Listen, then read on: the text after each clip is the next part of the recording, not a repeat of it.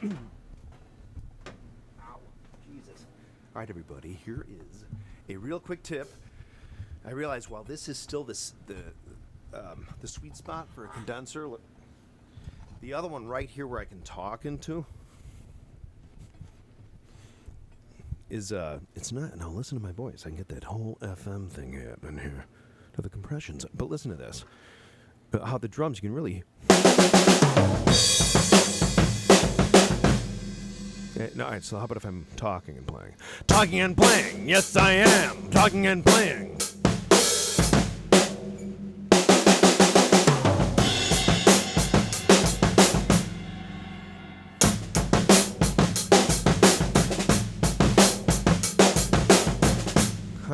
My... How do those sound? All right, so how does this sound with the microphone? All right, the gear rundown, real fast. This is a Ludwig 3x13. Ludwig Elite Piccolo, I guess they still sell. Great drum. They were like all over the place with like xylophone kits and stuff. 2012-14, my Ludwig New Sonics. My 21-inch A Sweet Ride I got not that long ago. I just wanted to... This one's a little darker, which isn't necessarily good or bad. I have to decide. Kind of when I hear it back on sort of a better studio playback, to be totally honest, or at a gig, but it's a little, but I mean, it has a harder sort of drier. But what's the term I'm trying to say? I don't know, trash can liddy. It just sounds a little that way to me here. I got my one of my Peisty 502 Plus 16-inch crash cymbals. Now this guy, these babies weren't laid. There was some sort of like lasery type thing, or I don't know how the hell they put those, that pattern or that treatment to the top. Eric Peisty and I actually on the phone talked about this a few times. God love him. He wouldn't divulge what the secret was. I didn't ask, but it's pretty proprietary. But listen to this. If there was ever an original giant beat, like, 69 or whatever to 7. Well, actually, some people say 77, but, white label, and then, if there was a 16, it would sound like this. Get ready. Hang on. Be prepared. It's kind of piercing a little, but.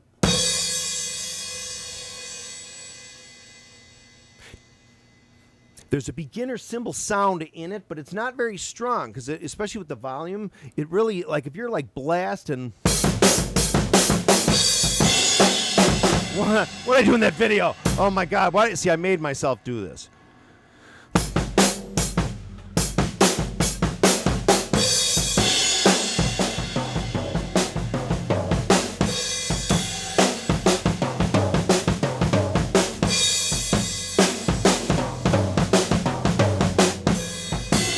No, but I really can't. I can fake it a little. Bonham does that, though. God, I don't know how he does it. Doesn't he go from here? See, George could do this. Oh,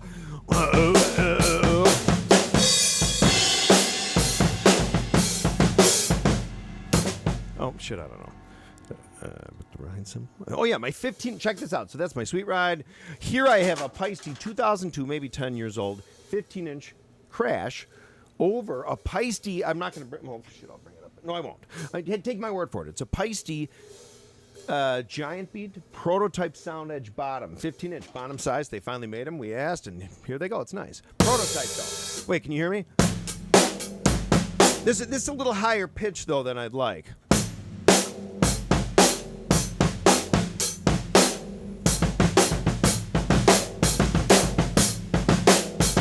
Now, hang on a second here.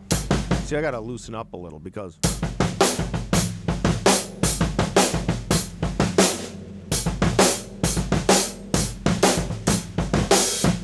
Wait, hang on. I've got to go all the way back here. So.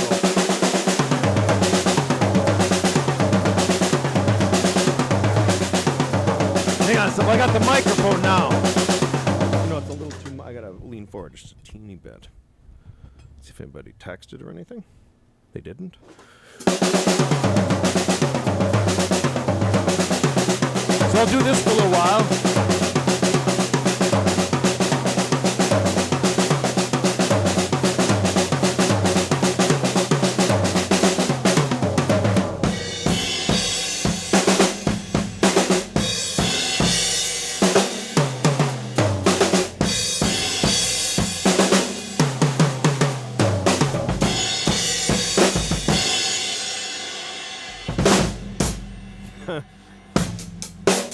like these though because I want to get my right hand.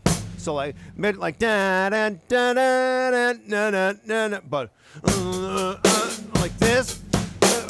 I don't like that first bass drum note. We gotta get out. I do this a lot.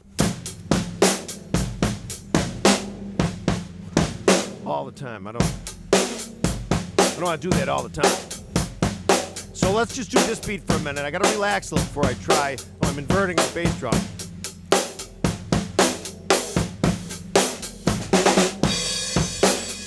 Oh my God, and this last cymbal is a Paiste PST-7 18-inch crash that I think Eric Paiste developed himself, honestly. I think he sort of took what looks like to me like a sound formula, Paiste line shape, like cymbal structural design, the exact way one would look, but make it out of B8 and give it the 2002 treatment. This is a thin crash. You know what this is really like? I said this before in other videos, that the PST-7s are almost like if you took a 2002 and morphed it with a really good Avedis Zildjian, like regular A from like the into the 60s, into the 70s, or if you could find one with a smaller cup, a really like a winner. I mean, don't get me wrong, you know, Zildjian, there's a bunch of different sounds from model to model, but I know there's a very narrow range that I kind of prefer. So I, you know, but this, anyway, this would be one of those mixed with, just listen. And really, close your eyes. If I told you this was I'm serious, an Avedis Zildjian, late 70s, 18-inch thin, right? Or maybe it would at that point be a thin crash, but a thin anyway. It would sound like this. You can hear there's a smaller bell. Like this is a smaller bell than a regular, really dome-shaped Avedis Zildjian from the time, you know, in like the early mid-70s. I think they switched over to the larger bell, even on the 18s. But anyway, so a mix between those two, made a B8 at the 2002 lathing.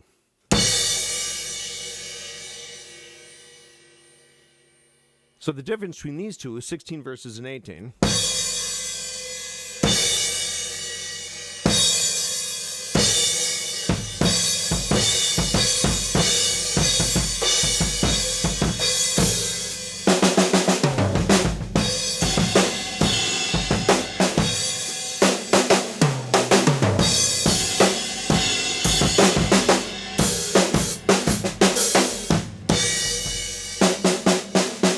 My left hand too.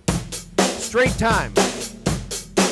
I'm trying to get the shake out of my right arm, like feeling like it has to sort of dance with it, like it's not required. It's to stay at home. Really, because I need to. My left arm is still very reliant on my right. What the hell? One more time. Well, what happens is there's a certain pattern, or I should say like a certain way my left arm plays when I do this. Like even if I'm not or making a video, but there's like a hurried sort of like punk. All right, so you know punk, some people might play like punk, it's really good, but it's really more like a little faster, but there's like a my left hand does sort of that chippity chop rush sort of thing automatically.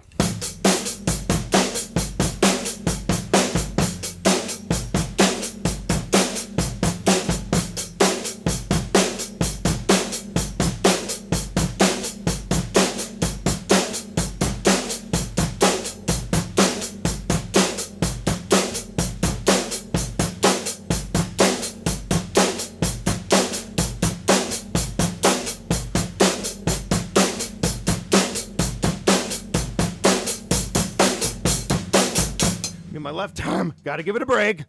That's actually how I would do it though. So now I gotta give the right hand some action just until this baby. So what I'm gonna do now is then work on the thing that's so popular, which what are now referred to as the Gen Y and the millennials. I should really say the Gen Y is this technique these young folks are picking up so quickly on the frickin' drum kit, man. Seems like people now. I'm not going to say kid. I mean, they are kids. But I mean, like, you know, these kids today, after like, if they're pretty serious about it, after like even like 2.5, 3 years, even 4, their hands do stuff like that. like Morello used to do. It doesn't look sort of the same way Morello, but it's like a real automatic, almost like a sport. I think people now learn to sort of play, if they think about like doing little stick exercises, it's completely part and parcel of the drum set, but like people are really good with like pens. You know, somebody, you'll see someone with a pen, they start flipping it all through their fingers. Maybe this like is like a cakewalk. There's a drummer out of Scandinavia. His name is like Kyle or Kalle Muthison. You gotta look him up. Kall. Put that right up in your search in Google or YouTube and type in drummer. You'll see this guy. He's like as Scandinavian as you get. He's like he's almost like the Scandinavian Benny Hill kinda, but he's an unbelievable musician. And he's I gotta get you gotta see how this guy plays the drums. Like, drummers play this way now, but he has such a facility, like with he just kind of simply almost moves his hand like this and gets a finger control, but it's such precision and musicality that I'm amazed. Anyway, so check him out. Kalle. I'm telling you, if you put that in, put drummer, anywhere you'll find him. So if you ever come to Chicago, dude, you gotta hang out with us here in Bonzoleum headquarters. But back to me and my technique, what I got going on, really choppy. Remember, grinding that redwood down to a toothpick, like in the Woody Woodpecker. So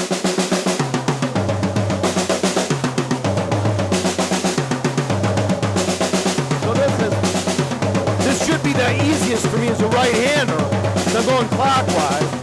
But what I want to do, though, is I'm trying to switch just kind of like the way after a while the sticks start to go a certain way and your hands kind of start to kind of get out of the way in a weird way, but there's still more get out of the room. I think like it's dawned on me, you know, when you play like that, you feel resistance. You want to like let it go. It's weird. Instead of it looking to acquire something, I feel like I'm letting something go. Moxie, what is it? I'm making a video. Okay. All right. Give me 2. Woo! Oh, oh, whoa, whoa. Huh. The PST-7, kind of like a cross between oh, you know what it is? If you want a 2002 18-inch fast crash, if there was such an animal, like if they actually introduced the fast crash name in like concept to the 2002s, I know there's the thin crash. This is what it would really sound like. Like it starts to you have a little bit of a ring still too, but it's just a little harder like that A Zildjian. All right, so, then what I told you that, the giant beat sound. My sweet ride, that's a little dry. I did the left-hand punk.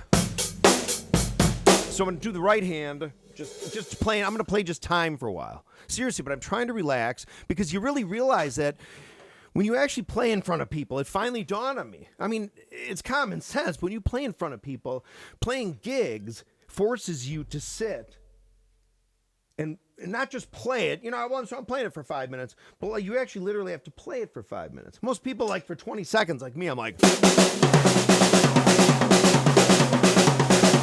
whoa, yeah, man, I'm gonna. Well, you really have to actually practice if you're fortunate to have a band with you all the time. But see, I'm the singing. I have to sing for my own band. I mean, this is what I'm doing. I'm trying to develop something almost like a vocoder that could be hooked up like you look at the cover of the Buggles album cover where he has the thing in his. Really, I want to be like, whoa, like Peter Frampton, like, like my brother used to say, "Do you feel all right?" Hang on.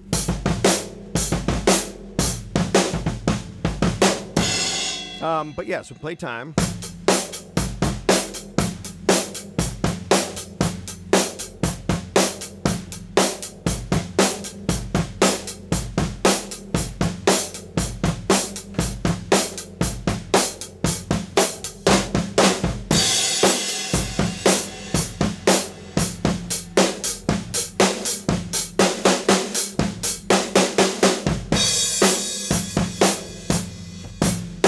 No, like this. So I want to swing it, but keep my balance. Like rely more on my foot instead of my leg. So hang on, give me a minute here. I might see if I can make this kind of sound good. I might need like seriously like a minute or two. So it starts out kind of clumsy. Well, for me, but it's got to be, after a while, I got to be like, nah, there's something still a little, I'll slow it down. No.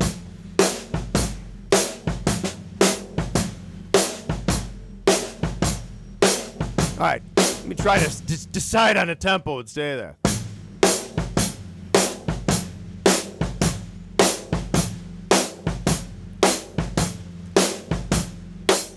We have to slow it down a little.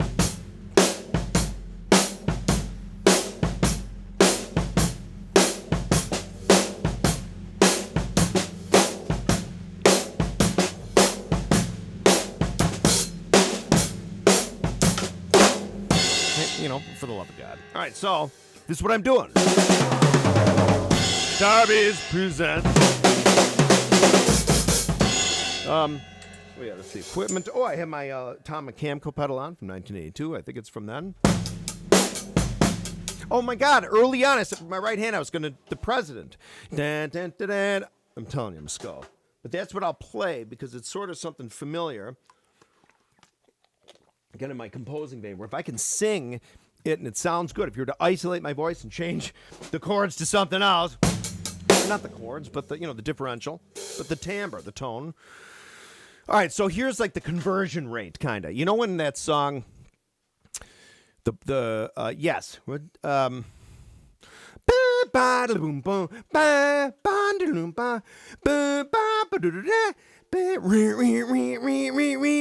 what is that?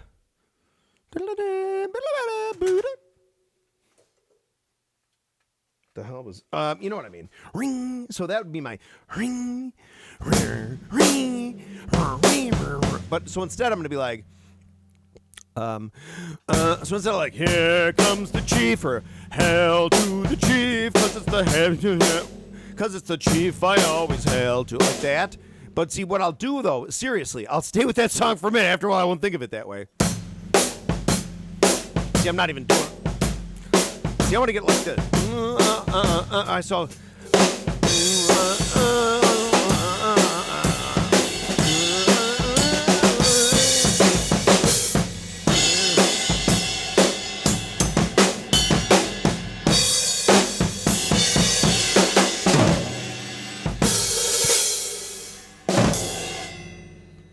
But like,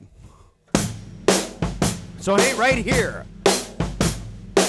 Break up, I want my feet to separate. And my hands just to relax. Almost like, seriously, I think like, all right, well, if I'm in a band situation, I might really have to frickin' play this for 5 minutes. I better sit back and almost like stop running so hard. Like, wait, this isn't just a 500 meter or what, or, hello?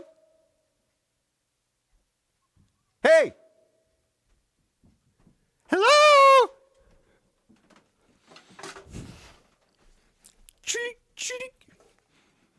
Hello?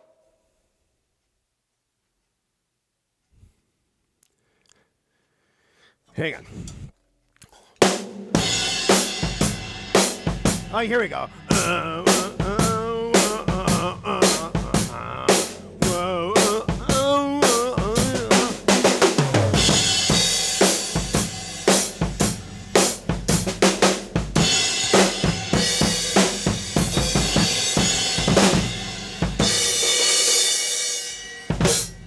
You know what it is? Oh my God.